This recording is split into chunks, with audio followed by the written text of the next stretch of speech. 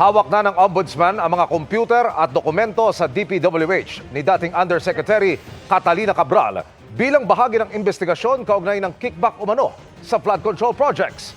Ang ilang isinasangkot na dating opisyal ng DPWH Bulacan tiyak nang magpapasko sa Senate Detention Facility sa kabila ng hiling nilang makalabas ngayong Kapaskuhan.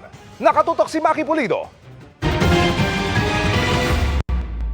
Ito ang mga computer at files ni yumaong dating DPWH Undersecretary Maria Catalina Cabral na itinurn over ng Department of Public Works and Highways sa Office of the Ombudsman. Ipinasubpina ito kaugnay ng investigasyon sa mga maanumalyang flood control projects at sistema ng kickback sa mga ito.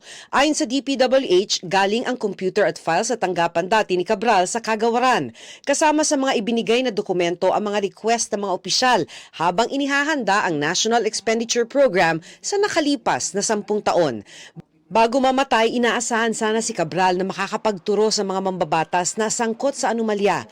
Sa pagdinig kasi dati sa Senado, lumabas na si Cabral umano ang kumakausap sa mga mambabatas kung meron silang gustong ipasok na proyekto sa national budget. Sinabing si Cabral umano ang namamahala sa pamamahagi ng allocable funds o pondo na inilalaan sa budget para sa mga proyekto ng mga mambabatas. Ayon kay Assistant Ombudsman Miko Clavano, mananatiling selyado ang CPU at mga file ni Cabral hanggat hindi na isasagawa ang digital forensic examination.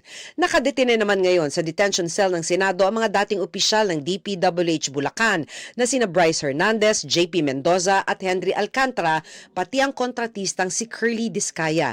At mukhang dun sila magpapasko. Tinanggihan kasi ni Senate President Tito Soto ang hiling nilang holiday furlough o pansamantalang paglaya ngayong Pasko. Papayagan lang silang dumalo ng misa sa loob ng Senado at mabisita ng kanilang pamilya, pero hindi sila maaring lumabas. Sabi ni Senate Blue Ribbon Committee Chairman Ping Lacson, inirekomenda niyang tanggihan ang kanilang request dahil may security risk ng kanilang pagtakas. Ilang beses na kasi daw inihayag ni na Ombudsman Crispin Remulla at Pangulong Bongbong Marcos na i-issue na ang kanilang mga warrant of arrest bago magpasko. Mahigit 3 buwan nang nakadetine sina Discaya, Hernandez, Mendoza at Alcantara matapos i-cite in contempt dahil uncooperative o ayaw tumulong habang isinasagawa ang Senate Blue Ribbon Committee hearing kaugnay ng mga flood control project. Sana, sabi ni Lacson, masunod ng Ombudsman ang idineklara nitong timeline sa pagsasampa ng kaso para naman matakot ang mga opisyal na nag-akalang makakatakas sila matapos kamkamin ang pera ng bayan. December 15 ang nabanggit na petsa ni Ombudsman Crispin Remulla sa posibleng pag-issue ng mga arrest warrant laban sa mga mambabatas at kontratistang sangkot sa mga maanumalyang flood control project. Hinihingi pa namin ang pahayag ng Office of the Ombudsman. Para sa GMA Integrated News, Maki Pulido, nakatutok 24 oras.